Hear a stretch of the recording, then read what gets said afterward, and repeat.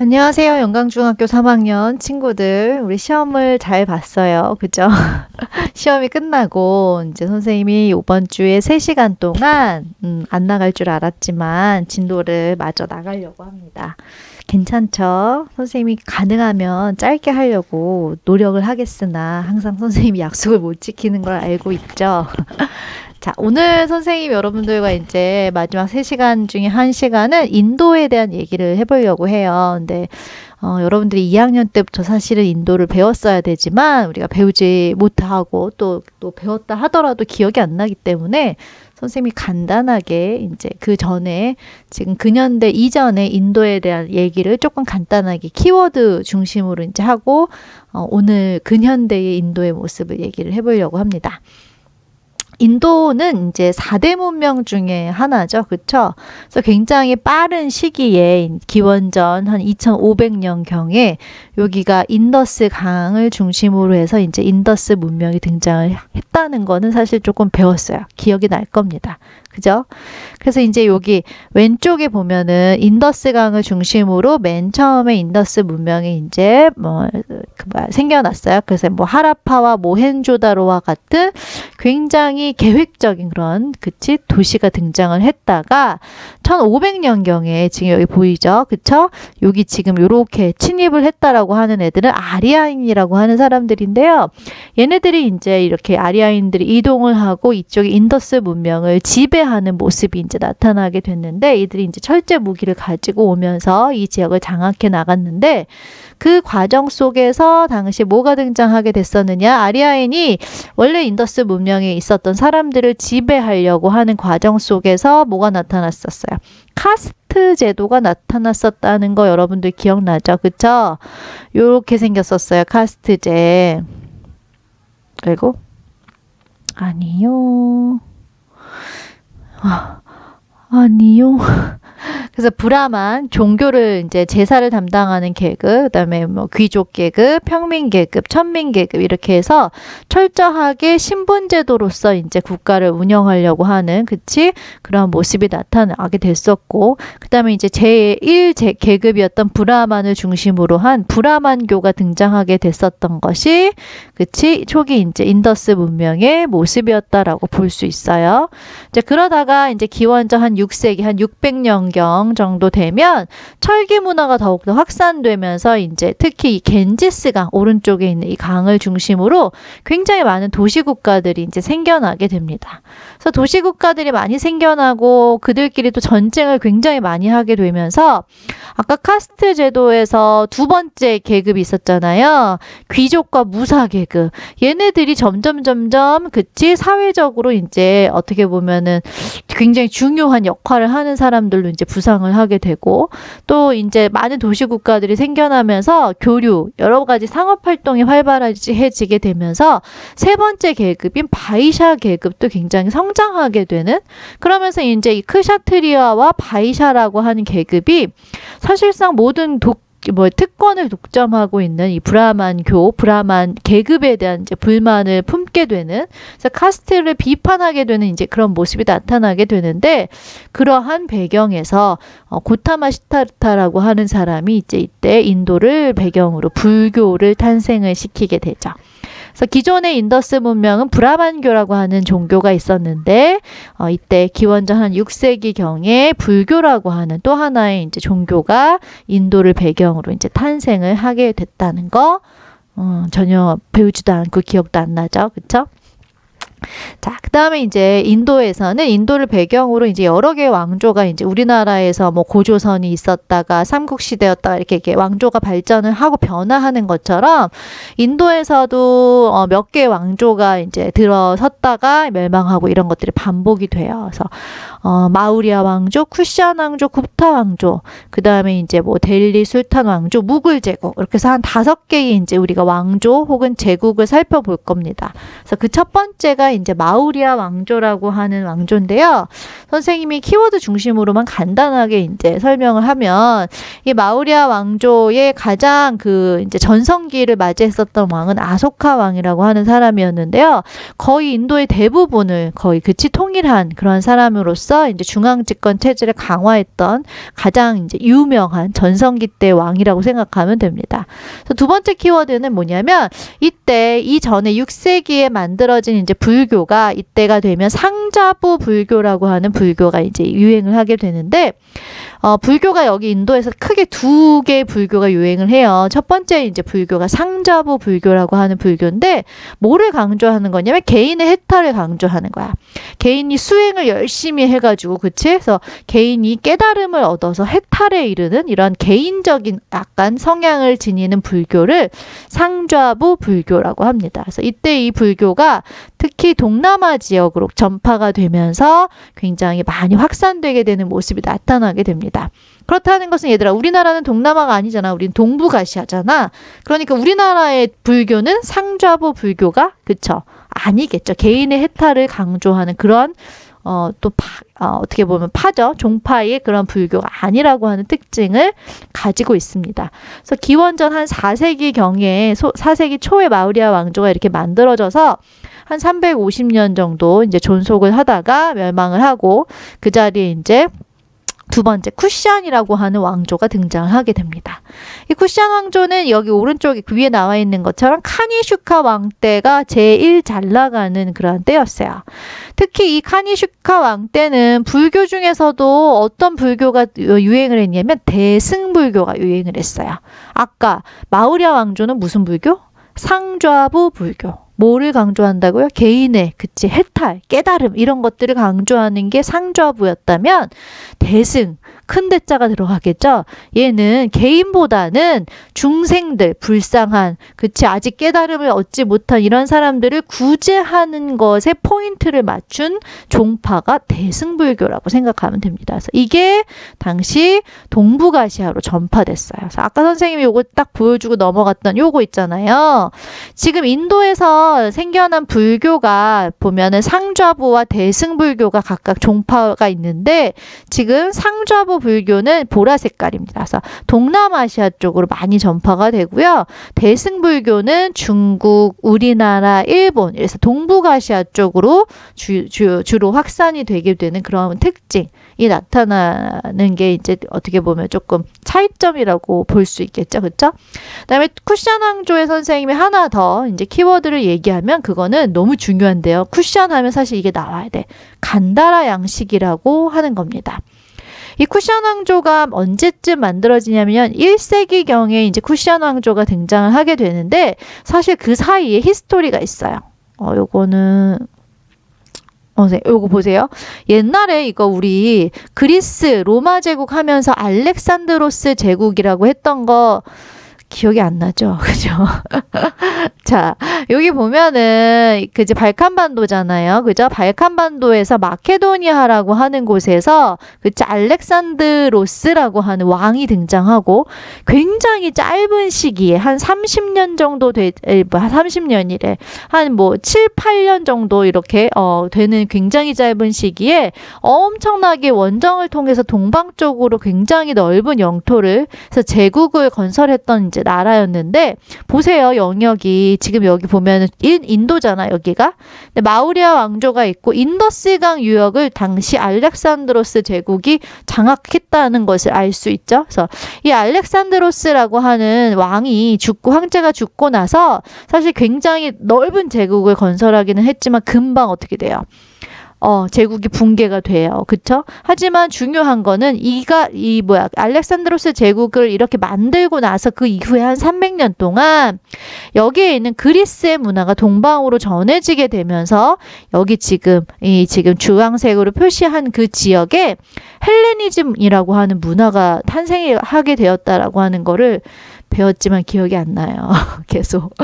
그래서 이제 그리스에 여기에 이제 본거진 그리스의 문화와 동방의 문화가 합쳐지게 되는 독특한 헬레니즘이라고 하는 문화가 나타나게 됐다라고 하는 게 알렉산드로스 제국의 어떻게 보면 가장 큰 어떻게 보면은 유산이라고 볼 수 있는 건데요. 당시 마우리아 왕조가 이제 있다가 이제 결국엔 쿠션 왕조가 들어서게 됐는데, 이때 당시 여기 간다라 지역은 어디예요? 인더스 강 유역이죠. 그래서 이 지역에서 당시 알렉산드로스 헬레니즘의 영향을 받아서 기존의 헬레니즘과, 여기는 인도잖아요. 그래서 이 인도의 문화와 헬레니즘 문화가 같이 만나게 되면서 접목하게 되면서 간다라라고 하는 고유의 그러한 문화의 양식이 등장을 하게 됐다는 것이 특징입니다. 그래서 고대 그리스 여러분들 생각해 보면은 걔네들은 이렇게 막 신들을 막 조각상으로 만들었었잖아요. 그쵸? 근데 지금 쿠션 왕조는 불교인데, 그래서 얘네들이 그거에 영향을 받아서 그리스의 이런 신상 같은 것들을, 불교의 부처의 모습을, 그쵸? 이렇게 상으로 조각상으로 만들게 되는 이제 그러한 모습이 나타나게 되는데, 그런 것들을 대표적으로 간다라 양식이라고 합니다. 근데 이제 간다라 양식이, 쿠션 왕조는 이제 동북아시아로 대승불교를 전파했기 때문에 그런 것들이 이제 중국과 우리나라, 일본에 그대로 전해지게 되는, 그래서 우리나라 불상의 모습이 이렇게 전해져 굉장히 비슷하게 생겼죠. 각각의 나라의 불상의 모습이, 그치? 그러한 특징을 나타내는 것이 간다라 양식이다 라고 생각하면 쉬울 것 같습니다. 자, 그 다음에 세 번째로 등장하게 되는 이제 왕조가 굽타라고 하는 왕조예요. 쿠션 왕조가 한 300년 정도 지속을 하다가 이제 굽타 왕조가 등장을 하게 되는데, 굽타 왕조의 가장 큰 키워드는 이때 굽타 왕조에서 힌두교라고 하는 종교가 생겨나게 되었다라고 하는 겁니다. 기존에 인도의 종교였던 브라만, 불교 이런 것들이 있었잖아요. 거기에다가 민간 신앙까지 합쳐서 오늘날 사실상 인도의 국가적인 종교라고도 볼 수 있는 힌두교가 바로 굽타 왕조 때 이제 탄생을 하게 됩니다. 그리고 이때 이제 오늘날 인도에서 많이 사용하는 산스크리트어, 그쵸? 언어도 이때 등장을 하게 되고요. 또 이때 굽타 왕조의 이러한 문화 양식을 굽타 양식이라고 부르는데요. 기존의 쿠션 왕조의 간다라 양식에다가 인도 고유의 모습이 가미된 그러한 이제 인도만의 색채가 어떻게 보면 좀 더 강해진 그러한 양식을 굽타 양식이라고 합니다. 그림 자료까지 선생님 세세하게 보면서 설명하면 이해가 조금 더 쉽겠지만, 간다라 양식 때 만들어진 이러한 불상들은 굉장히 서구적인 얼굴을 갖고 있어요. 왜? 헬레니즘의 영향을 받았거든요. 그래서 그리스의 조각상하고 비슷하게 생겼다면, 굽타 양식부터는 이제 인도 고유의 얼굴 모양, 그 다음에 옷이나 이런 것들도 더 이상 그리스의 이러한 문화의 모양이 아니라 인도 고유의 의상과 인도 고유의 사람들의 이러한 외모 의 모습을 풍기는 그러한 양식으로 조금 변화하게 된 게 굽타 왕조의 굽타 양식이라고 볼 수 있습니다. 그래서 예전에 우리 중국의 역사를 배웠을 때요, 한 나라가, 그쵸? 당시 중국의 색채, 오리지널 중국의 민족의 색채가 어떻게 보면은 기틀이 마련된 때는 한나라 때다. 선생님이 이렇게 설명을 했었는데, 한족, 한지, 그치? 그 사람들이 쓰는 글 한자 이렇게 얘기를 했었잖아요. 인도의 고유의 색채가 마련된 때는 그럼 언제냐? 마우리아 왕조도 아니고 쿠션 왕조도 아니고 굽타 왕조 때 가장 인도다운, 그치? 인도의 고전 문화의 기틀이 마련된 시기다라고 이제 우리가 평가를 하는 시기는 굽타 왕조 시기라고 볼 수 있습니다. 그래서 이 굽타 왕조도 4세기부터 약 한 200년, 300년 이렇게 거의 이제 지속을 했는데요. 그러다가 이제 인도가 크게 변화를 맞게 됩니다. 이유는 당시 왼쪽에 중동이죠. 그쪽에서 이슬람 세력들이 인도로 이렇게 넘어오게 돼요. 그래서 이제 여기가 수도가 델리였는데, 당시 이슬람들은 지도자를 술탄이라고 불렀거든요. 그래서 이 시기를 당시 델리를 중심으로 하는 술탄, 이슬람 지배자가 왕조를 세운 시기다라고 해가지고 델리 술탄 왕조 시기다, 이렇게 보통 많이 부르거든요. 그래서 이슬람이 인도를 장악하게 되는 모습이 굉장히 오랫동안 이제 나타나게 됩니다. 그래서 굽타 왕조까지만 이제 어떻게 보면 오리지널 인도의 모습이라고 생각 생각하면 되고요. 그 다음에 이제 근대에 들어서 16세기 초에 무굴 제국이라고 하는 제국이 예전에 마우리아 왕조가 차지했던 거의 대부분의 이제 영역을 이제 차지하면서 인도의 대부분을 차지하게 되는 왕조가 이제 등장을 하게 되는데요.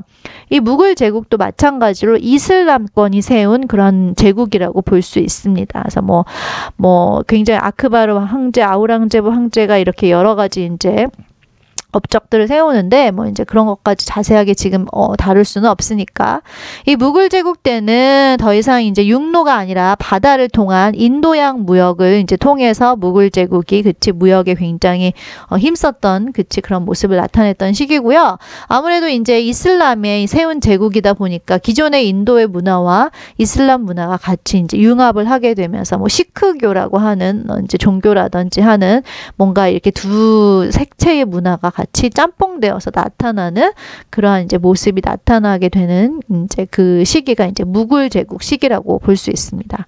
그래서 진짜 이제 우리 교과서에 나오는 인도의 얘기는 사실상 이 무굴 제국 시기부터의 모습이라고 볼 수 있습니다. 근현대의 우리가 인도를 살펴보면요. 자, 요거는 필기를 어떻게 할까 얘들아? 너무 힘들면 하지 않아도 되는데요.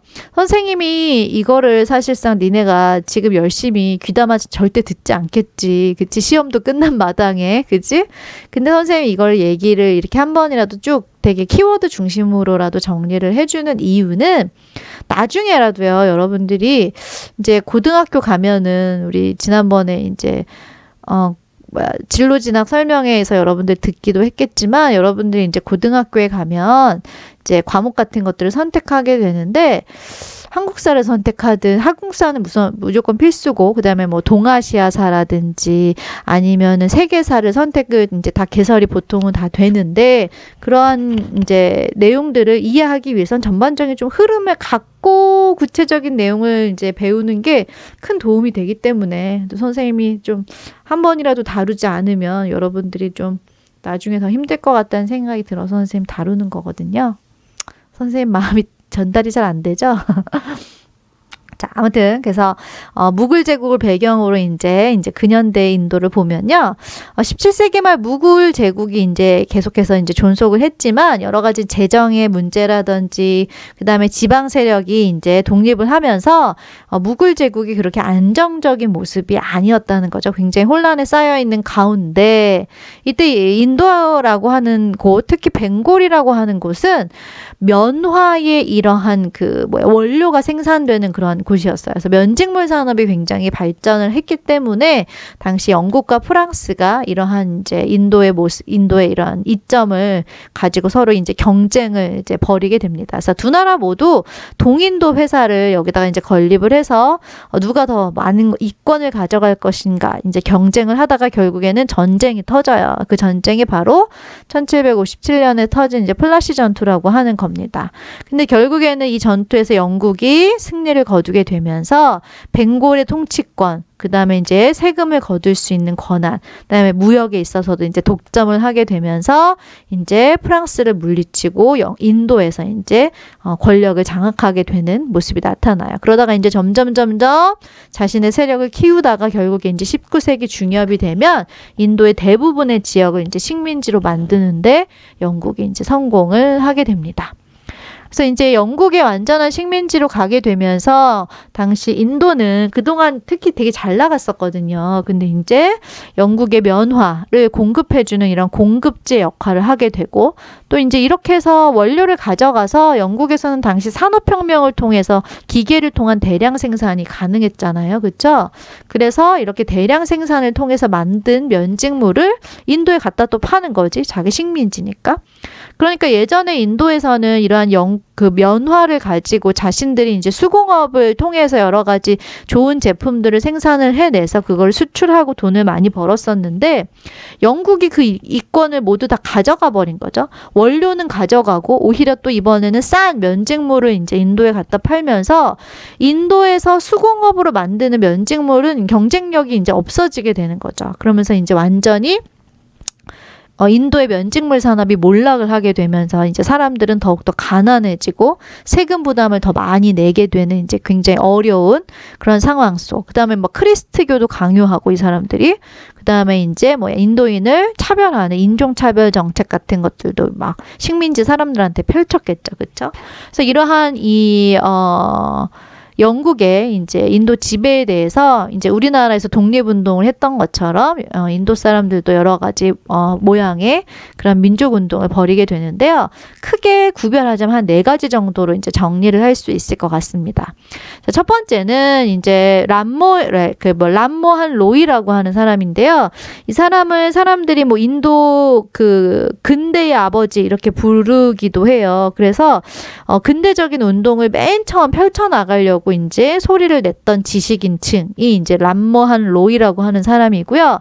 그 이후에 이제 계속해서 이제 영국이 인도의 종교나 문화를 이제 무시하고 인종차별하는 모습을 나타내자 대규모의 이제 민족 운동이 일어나게 돼요. 그게 바로 이제 1857년에 일어난 세포이 항쟁이라고 볼 수 있습니다.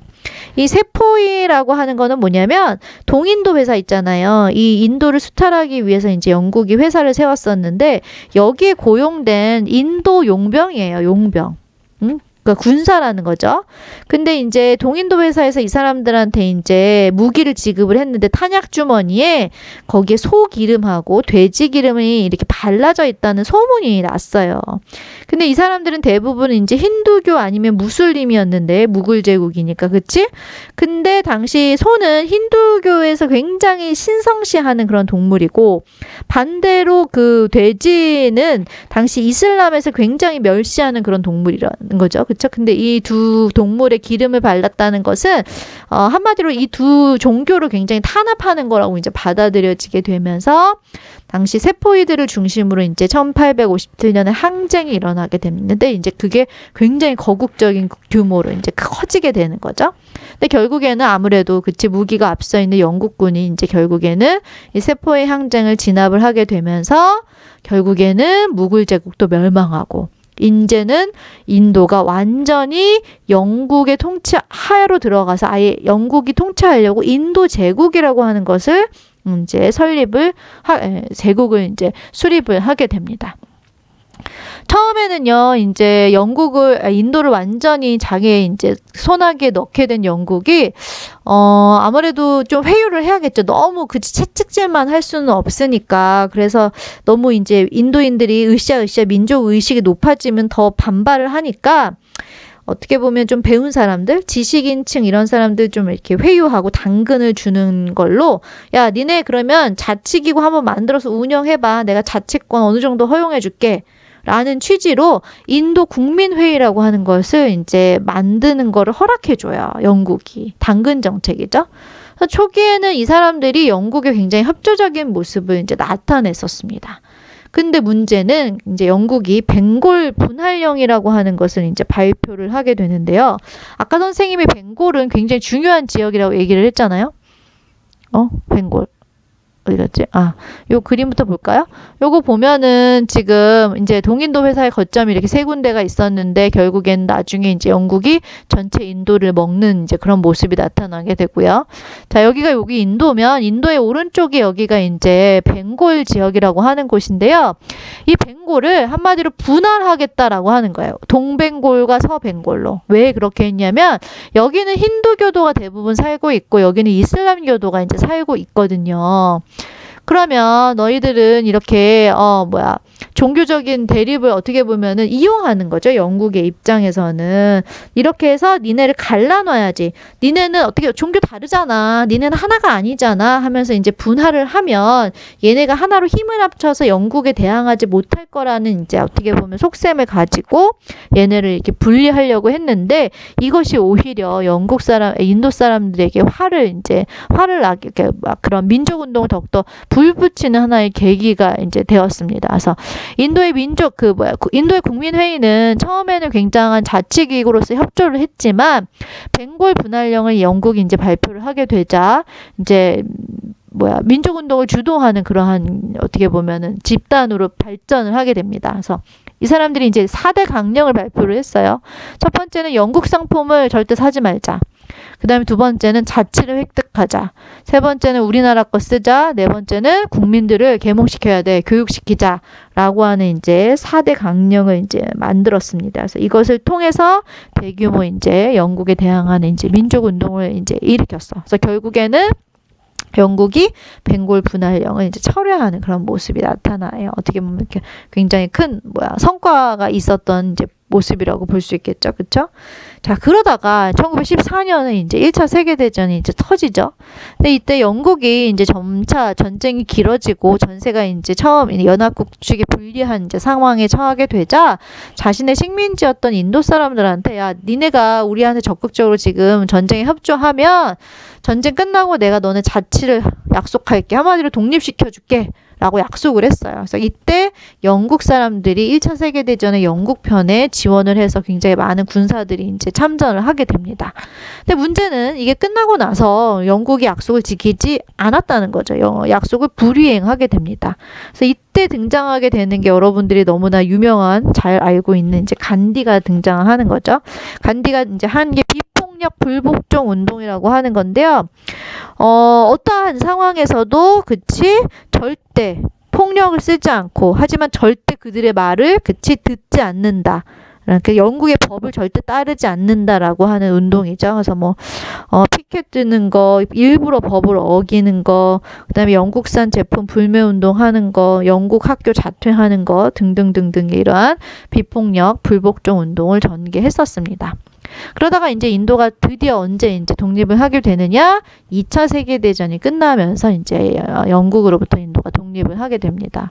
그래서 굉장히 오랜 기간 동안 지배를 받다가 인도도 마찬가지로 독립을 했는데 그리고 나서는 이제 아무래도 인도는 힌두교도 있고 또 이슬람에 의해서 오랜 기간 동안 또 이제 지배를 받고 했기 때문에 종교가 이제 지역별로 많이 달랐던 거죠. 그래서 결국에는 종교적 대립으로 인해서 인도, 파키스탄 또 이 파키스탄이 나중에 방글라데시 이렇게 해서 세 개로 분리가 되는 모습이 이제 나타나게 됩니다. 이거는 오늘날의 지도예요.